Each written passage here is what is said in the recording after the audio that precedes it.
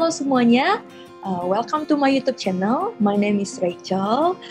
Saya akan share sedikit terkait dengan kehamilan pertama saya, sampai saya mengalami pendarahan, sampai saya cek ke fetal maternal dan lain-lain. Oke, without further ado, let's get started. Jadi dari waktu saya pertama kali saya tahu hamil itu di minggu keempat kehamilan. Jadi perhitungannya itu dari hari pertama, hari terakhir kita menstruasi. Pada saat itu saya kasih case langsung. Jadi case saya tuh menstruasi terakhir tanggal 12 Mei 2021. Lalu 1 bulan setelahnya saya ternyata saya hamil. Jadi 12 Mei 2021 hari terakhir saya mens. Saya tanggal 22 Mei 2021 itu saya menikah. Jadi itu sekitar kayak 2 minggu setelah saya menikah, saya positif hamil. Bagaimana saya bisa tahu saat itu? Jadi saya mengalami itu namanya enek gitu. Kayak di pagi hari itu saya ngerasa kok enek gitu. Lalu suami menyarankan coba dites pack, mungkin hamil gitu. Saya mikir apakah benar demikian atau memang enek biasa gitu. Cuman kok enek gitu ya. Intinya enek. Saya cuma punya mikir tuh enek gitu. Saya beli mereknya, test pack-nya sensitif, yang akurasinya katanya 99%, yang the most accurate time itu di pagi hari, karena itu saat hormon HCG kita tuh paling tinggi tuh di pagi hari. Jadi saya lakukan pada saat sebangun saya dari tidur, saya langsung ke kamar mandi, saya ambil gelas, kayak misalnya aqua gelas gitu, yang harganya 500-an dulunya, itu saya ambil, saya isi, ada anjurannya sih seberapa banyaknya gitu. Nanti kalau saya sempat saya bikinin vlognya gimana caranya. Nanti dia akan muncul gitu garis. Kalau misalnya muncul 2 garis, itu kemungkinan teman-teman itu hamil. Saat itu saya muncul 1 garis cukup tebal gitu.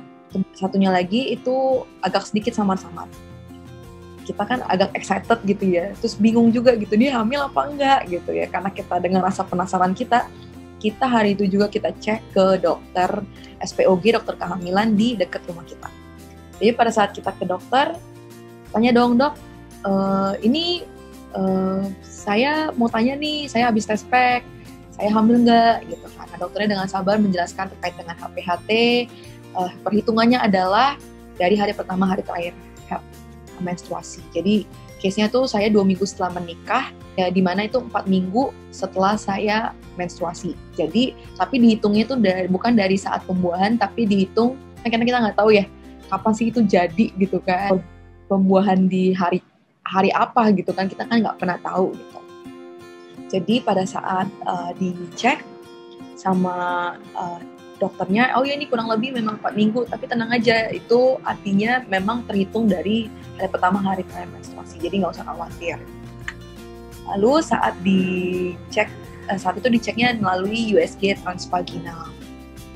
Pertamanya sih agak sakit, kalau saya berasanya agak sakit, mungkin karena saya ibaratnya saya ngeretin gitu, harusnya kan mestinya relax gitu. Jadi teman-teman kalau pada saat USG transvaginal lebih relax aja, percayain aja sama dokter gitu pada saat alatnya masuk, jangan berasa tegang gitu, karena itu akan bikin sakit gitu teman-teman. Lalu dicek itu masih penebalan dinding, jadi tuh bisa aja penebalan dinding karena mau menstruasi, atau memang benar karena hamil gitu. Dan hamil pun juga ada banyak jenisnya gitu kan, dalam arti apakah ini beneran hamil janin atau hamil yang lain lah gitu, kasarnya kayak hamil anggur atau hamil di luar kandungan atau masih yang lain-lain gitu. Hanya sangat disarankan gitu pada saat pada saat tes pack hamil, sebaiknya kita tunggu kalau mau kasih pengumuman ke teman-teman, ke keluarga, kerabat, saudara, itu sebaiknya nanti aja setelah 3 bulan gitu, setelah benar-benar emang terbentuk lah gitu janinnya gitu, emang udah yakin dan udah kuat gitu janinnya di dalam. Saat kalian hamil muda, trimester pertama tuh benar-benar harus dijaga banget gitu. Setelah saya cek USG transvaginal, pulang pun juga dengan rasa bingung gitu kan, mau happy atau enggak, mau apa nih, bingung kan, kayak ini hamilnya bener apa enggak. Jadi kita ya berserah aja gitu sama Tuhan ya, maksudnya kalau memang ini Tuhan titipin buat kita, ya jadikanlah gitu kan. Di minggu ke-5 mengalami yang namanya pendarahan secara tiba-tiba. Pagi hari itu keluar darah kayak udah kayak darah mens, darah merah seger. Saya pikir ini mah mens, berarti mungkin kemarin bukan hamil kali atau apa gitu kan. Pikiran saya udah yang kayak aduh apa ini keguguran atau apa gitu kan. Entahlah apa itu gitu kan. Cuman ini darahnya udah bener-bener darah mens. Saya dan suami juga panik. Akhirnya kita balik lagi ke dokternya untuk memastikan gitu. Ini kenapa gitu ada pendarahan. Puji Tuhannya itu nggak ada pembukaan di mulut rahim pada saat dicek USG transvaginal. Tapi pendarahannya itu cukup signifikan. Itu dokter mengira-ngira estimasi sekitar 60% pendarahan yang saya alami. Istilah dokterannya itu kegugurannya adalah abortus imminens. Jadi ada pendarahan tapi mulut rahim nggak terbuka gitu. Kalau udah mulut rahim seandainya terbuka, itu udah bahaya banget. Oh iya, satu lagi tipsnya. Pada saat kalian mengalami pendarahan di rumah itu, pas saat di rumah, kalian lihat darah merah seger, ataupun ada darah yang nggak normal, terus ada kayak gumpalan atau apa, terus sebaiknya dibawa gumpalannya itu juga ke rumah sakit gitu. Waktu itu saya fotoin untuk cairan dalam saya, cuma kan nggak ada gumpalan gimana, jadi saya cuma fotoin cairan dalamnya. Tapi itu sangat disarankan sebenarnya kalau kalian bawa, kalau ada yang ada macam gumpalan atau apa, kalian bawa gitu biar dokternya bisa cek gitu, apakah memang ini gumpalan janin amit-amit yang keluar atau memang gumpalan biasa gitu, memang darah yang di dalam keluarnya memang begitu gitu. Jadi sangat disarankan seperti itu. Lalu pada saat dokter cek nggak ada pembukaan, cuman pendarahan 60%, bed rest di rumah sakit. Kuncinya tuh sebenarnya adalah bed rest teman-teman gitu. Nggak ada aktivitas, benar-benar udah bed rest total untuk menyetop pendarahan tersebut gitu. Saya bed rest di rumah sakit selama 7 hari. Sampai hari ke-7 pun sebenarnya darahnya tuh belum murni sepenuhnya tuh berhenti gitu. Jadi itu masih ada sisa-sisa kayak coklat-coklat lah. Dokternya awalnya bilang, iya boleh pulang setelah totally berhenti gitu. Cuman mungkin karena udah sampai hari ke-7, tapi ini udah bagi dokter udah nggak parah. Dokter menyarankan untuk pulang aja gitu, bed rest di rumah, boleh dengan minimum mobilitas gitu. Di sini juga saya sangat menganjurkan gitu. Pada saat dokter ngomong, iya boleh mobilitas, boleh aktivitas kecil, mungkin boleh ke dapur, sebaiknya teman-teman benar-benar bed rest total. Kalau bergerak pun juga cuma bergerak memang harus ke toilet, sisanya bed rest lagi gitu di kasur. Lalu karena waktu itu karena dokter mau izinin kan saya juga, karena saya udah dari rumah sakit, saya berasanya kayak aduh bosen, udahlah ngambil buah sendiri, ngambil colok dispenser. Padahal cuma kayak gitu doang. Selama yang saya nginap 7 hari itu kan saya harus ada kontrol lagi seminggu kemudian. Dokternya bilang, oh ini pendarahannya udah berkurang satu lagi. Jadi pada saat saya di rumah sakit di hari terakhir, hari ke-7, saya minta tolong dicek pendarahannya udah sisa berapa. Ya puji Tuhannya itu udah berkurang banyak lah. Udah berkurang sekitar estimasi 20%. Jadi kayak kemarin awalnya 60, turun jadi 40. Lalu saya di rumah bed rest lagi seminggu, lalu kontrol ke dokter, oh dokter bilang ini udah berkurang nih. Ya kurang lebih udah sekitar 20%, dan kantong janinnya juga udah mulai menempel gitu. Dan pendarahannya udah berkurang. Pokoknya bed rest aja dulu. Lalu saya pulang, saya lupa itu either besoknya atau 2 hari setelahnya saya pendarahan lagi. Tapi pendarahan itu bukan merah seger, tapi ini coklat seger. Tapi banyak banget gitu. Saya dan suami kasih fotonya ke dokternya, ini dok, ada pendarahan seperti ini, kita harus apa? Dokter langsung bilang, udah langsung aja bawa ke rumah sakit, dicek, kita USG transvaginal lagi. Puji Tuhannya dokter yang sama gitu, saat itu jaga juga gitu, praktek juga. Saat dokternya cek, nggak ada pembukaan mulut rahim, which is itu yang paling penting, nggak ada pembukaan mulut rahim. Lalu dokternya bilang, udah sekarang bed rest aja hari ini, rawat inap di rumah sakit. Saya rawat inap lagi selama 5 hari di rumah sakit. Itu udah pas hari terakhir tuh saya lihat kayaknya udah berhenti deh, udah nggak ada. Tapi pada saat saya udah sampai rumah, saya tetap tuh pakai panty liner dan bersihnya pakai Lactasit tiap hari. Lalu di rumah masih ada tuh sedikit-sedikit, tapi nggak berhenti. Akhirnya singkat cerita itu sekitar hampir 2 minggu setelahnya itu saya kayaknya udah bener-bener berhenti gitu, udah bener-bener nggak ada, cuma tetap saya pakai panty liner gitu, udah happy nih, udah hampir 2 minggu. Dokter juga menyarankan setelah 2 minggu dari kedatangannya saya ke dokter tersebut, saya pergi ke dokter feto maternal karena waktu itu suami juga cukup worry. Maksudnya dengan pendarahan ini apa sih yang sebenarnya terjadi gitu? Apakah ada dampak dengan janin yang ada dalam kandungan saya gitu?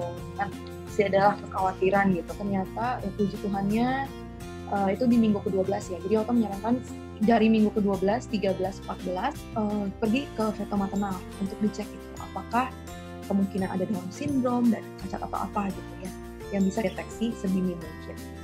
Setelah dicek, bayinya sehat, detak jantungnya juga normal, nggak ada Down syndrome dan lain-lain. Ternyata dokter juga bilang itu ada miom. Nah, setelah itu kan kita coba gali nih informasi. Namun mungkin karena ini adalah rujukan, mungkin ada code of ethics atau apapun itu. Ini dokter itu bilang sebaiknya konsultasi ke dokter kamu yang selama ini. Lalu yang maksudnya mungkin kita hargailah keputusan dokter spesialis feto maternal tersebut, di mana itu kan kayak ada sekolahnya lagi lah daripada dokter kehamilan SPOG, sekolahnya lagi kurang lebih kayak 4 tahun mungkin ya kalau saya nggak salah. Lalu kita fotokan nih kayak hasilnya kan dari USG feto maternal ini ke dokter kita yang menanganin aku juga gitu. Dari rumah sakit feto maternal itu besoknya saya ada pendarahan lagi, warnanya coklatnya agak seger lah gitu, tapi nggak gitu banyak. Dokternya menyarankan dikasih list nih, kita lihat ada RSIA Bunda Menteng. Sekitar nggak lama lah dari saya percakapan dengan dokter tersebut gitu. Lalu dicek USG dengan beliau, USG melalui perut, udah melalui perut gitu. USG melalui perut, bila ternyata banyak miom di dalam gitu. Kita tanya kenapa bisa ada miom, itu nobody knows gitu. Kenapa bisa ada miom sampai saat ini pun saya juga masih mempertanyakan gimana timbulnya miom tersebut gitu kan. Lalu saat ke dokter menyarankan udah cek aja ke lab di Podia. Pada saat sebelum-sebelum itu juga saya udah cek gitu. Pada saat saya rawat inap itu saya udah cek juga apakah ada virus rubella, CMV atau apapun lah jenis virus yang bisa memungkinkan itu jadi pendarahan. Cuman ya puji Tuhannya tuh nggak ada, semuanya tuh negatif. Jadi polio juga nggak ada pada saat dicek juga sama dokternya. Itu setelah hasilnya keluar, saya ditambahin vitamin yang awalnya vitamin D-nya cuma 1000 IU naik jadi 5000 IU. Jadi sampai saat ini pun sebenarnya pendarahannya udah ibaratnya udah nggak ada nih, yang nampak tuh nggak ada gitu. Yang kita nggak tahu yang di dalam gitu. Karena pada saat saya terakhir cek itu masih ada pendarahan di dalam. Cuman kuncinya tuh sebenarnya jika teman-teman mengalami atau saudara kalian ada yang mengalami, teman atau siapapun itu bisa disarankan untuk pertama kali mungkin pergi ke dokter dulu mengecek mulut rahimnya terbuka apa enggak. Lalu yang kedua tuh yang paling penting tuh sebenarnya benar-benar tuh kuncinya adalah bed rest total di kasur, seminimum mungkin mobilitas, benar-benar kayak cuma kalau bisa tuh cuma dari kasur pergi ke kamar mandi. Yang ketiga minum obatnya yang rutin, karena saat itu saya minum obat penguat kandungan Dupaston, dan juga saya memasukkan juga ke vagina itu Ciges penguat kandungan juga, dan juga saya mengkonsumsi vitaminnya itu ada Prof D 5000 IU, ada Kal 95, kalsium, dan juga ada olamil sebagai vitamin penunjangnya juga untuk asam folatnya. Dan juga saya tambah juga dengan minum susu karena pada saat kehamilan tuh sangat gampang lapar gitu. Jadi cemilannya susu sama roti lah saya sediakan. Bagi teman-teman yang mungkin belum hamil atau sedang hamil atau yang sebenarnya ini semua usia lah ya, pola makan sehat dan on time tuh sangat penting gitu, lebih kalau teman-teman belum hamil, karena nanti pada saat kalian hamil kalian udah punya asam lambung, itu sangat menyiksa banget karena itu bisa asam lambungnya tuh naik kayak enak banget, jadi kayak mual, makan sedikit-sedikit juga nggak apa-apa tapi asal ada isi gitu. Sebagai penutup, pada saat saya pendarahan pun perut tuh saya ngerasa nyeri, saya juga nggak tahu nyerinya ini kemungkinan apakah karena minum, nyeri kontraksi atau karena pendarahan gitu. Jika teman-teman memang udah pernah ada historical pendarahan, jangan dianggap remeh nyerinya. Mungkin kan ada yang bilang ini kontraksi biasa, kontraksi kecil yang memang normal terjadi gitu. Cuman bagi teman-teman yang mengalami pendarahan, sebaiknya pada saat mengalami nyeri tersebut teman-teman benar-benar bed rest aja gitu. Karena kan nggak tahu itu nyerinya tuh karena apa gitu, antara karena pendarahan tersebut atau kontraksi atau karena miom gitu, jika ada miom juga. Ya cukup sekian sharing yang bisa aku bagikan hari ini. Stay tune in another video. Dan support my channel, jangan lupa di subscribe dan like dan komen. Dan juga jangan lupa kalau misalnya kalian punya sharing-sharing juga, teman-teman bisa komen di bawah